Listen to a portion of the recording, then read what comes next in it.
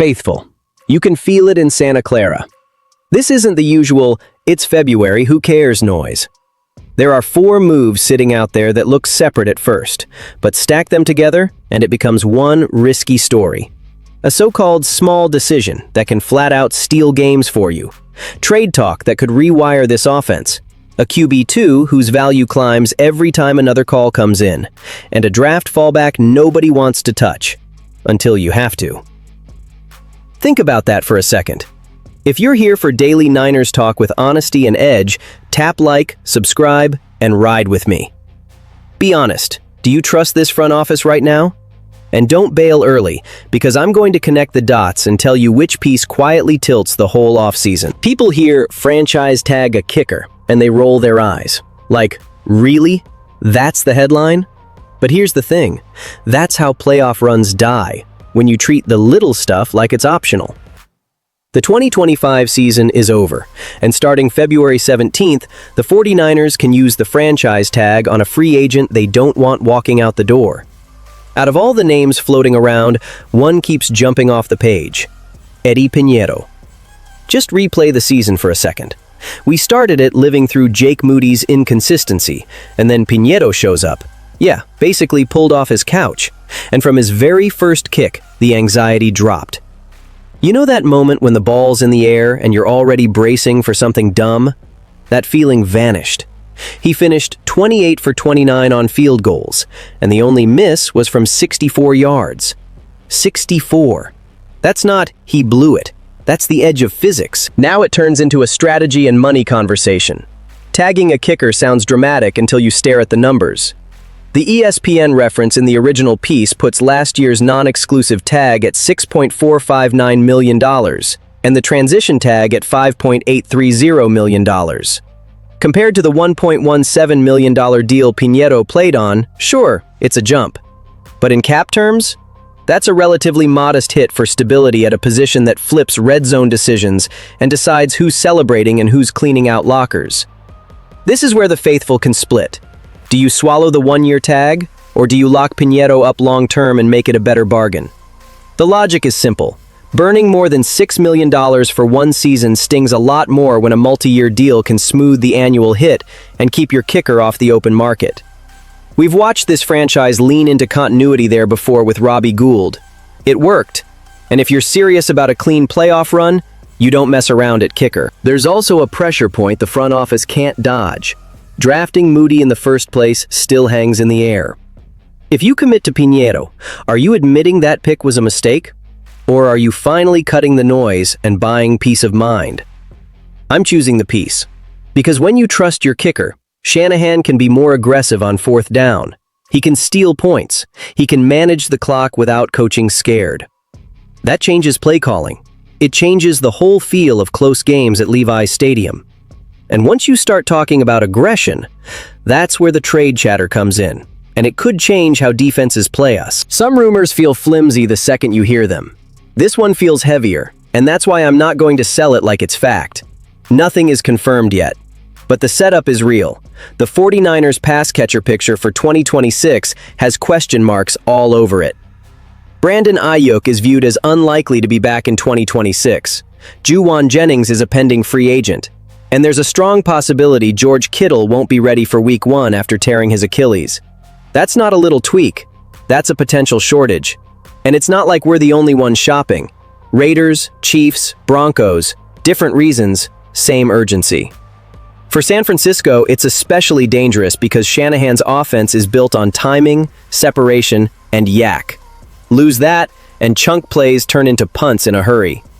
3rd and long becomes a weekly problem. The margin for error disappeared. So here's the name being floated, A.J. Brown. According to ESPN's Jeremy Fowler, some executives around the league believe the Eagles would at least take calls on him, and the talk is he's unhappy with an inconsistent role in the offense and broader dysfunction on that side of the ball. Again, this doesn't mean a trade is happening. It means the idea is alive enough that teams will sniff around. The complication for Philadelphia is brutal. Dead money would be significant, and then they'd have to turn around and pay for a replacement. That's why this could stay in the talk bucket. But the NFL doesn't always follow the neat, logical path when relationships sour. So why do the 49ers feel like a real match in this conversation? Because we're in a win-now window, and we might be staring at a very real need at receiver. A.J. Brown in this scheme isn't just add a WR1. He forces safety help, he changes coverage shells, he creates space for the run game, and he turns slants and crossers into real damage. That's chemistry, that's locker room, that's points. And you already know how the faithful would react. Some people would love the swing, some people would hate the cost. Picks, cap, whatever it takes. Kansas City is tight on cap. Vegas has money but might not be the preferred destination. Denver would push hard. But when you weigh urgency and fit, San Francisco being near the front of that line doesn't sound crazy. It sounds like the kind of move you consider when you can't afford to waste a season. And that's where the next domino starts to wobble. Because once you're thinking bigger, you start looking at the assets you'd be willing to move. Which takes us straight to the quarterback room. While everybody debates who could come in, teams are calling about who might go out. ESPN's Adam Schefter has suggested the 49ers aren't very interested in trading Mac Jones this offseason. And that lines up with what John Lynch and Kyle Shanahan said at the end of the year. But intention is one thing. The quarterback market is another. Because 2026 is shaping up like the same story we see over and over. Demand for starting caliber QBs is higher than the supply. The draft class is viewed as weak. Free agency doesn't have a ton of easy answers. And there are always teams desperate enough to overpay for someone credible. Mac Jones has value in that world. He got 8 starts, went 5-3, and basically brought his career back as a QB2 who can actually keep you afloat. Then you add the contract detail. His 2026 cap hit is just over $3 million. For a quarterback with real NFL starting experience, that's cheap. That's the kind of number that makes a GM pick up the phone just to ask, "Okay, what do you want for him?" 3 teams are being framed as potential aggressive callers. Minnesota is the obvious one.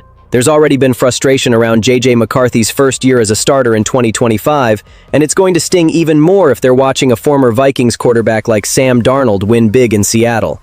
That roster is built to compete right now. Bringing in Mac either puts real heat on McCarthy or gives Minnesota a steadier path. Miami is the messy one. If the Dolphins decide to move on from Tua Tagovailoa, even with a painful dead money situation, they'd need a cheaper starter option. And the scheme connection matters. Bobby Slowick, their offensive coordinator, was on Shanahan's staff before Mac arrived in the Bay. Similar system, similar language, and going back to Florida could appeal to Mac if there's a clear shot to start again. And then there's the Raiders. On paper it sounds weird. They're sitting on the #1 pick and are expected to take Indiana quarterback Fernando Mendoza. But throwing a rookie into a shaky structure, limited weapons, shaky line, chaos everywhere, can wreck him fast. Trading a mid-round asset for a veteran mentor who can start early and keep the situation stable? That's not insane. And Clint Kubiak is another coach from the Shanahan tree, so the offense wouldn't feel totally foreign. So here's the real dilemma for San Francisco. Do you keep Mac as premium insurance behind Brock Purdy, or do you sell high while the market is starving? Depth at quarterback has saved seasons, but the assets from a trade can help patch real holes. Receiver, tight end depth, whatever this offense needs to keep the playoff run alive. And that leads into the final piece, because the offense might have to plan for life early in 2026 without a familiar anchor. The draft always starts as a dream, and then sometimes it turns into an emergency plan. That's where Sam Roush, the Stanford tight end, comes into the picture. He's being framed as a fit for teams like the Giants, Falcons, and the 49ers for a reason. He's built like the classic do-your-job tight end. Elite blocker reputation, tough at the catch point, and enough upside as a receiver to matter. In New York, it's about rebuilding the offense. In Atlanta, it's about a potential hole if Kyle Pitts leaves.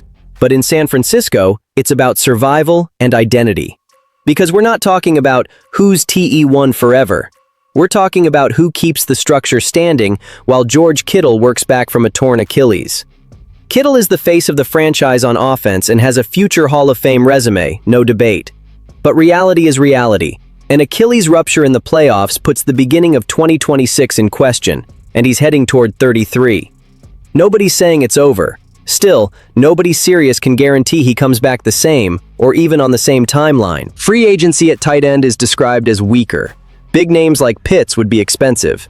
A one-year placeholder might exist, but that doesn't solve the bigger picture. So Roush becomes the smart, controlled cost answer. Immediate value as a blocker in Shanahan's run game, a learning curve under a legend, and a role that can grow without forcing him to carry the entire passing game on day one.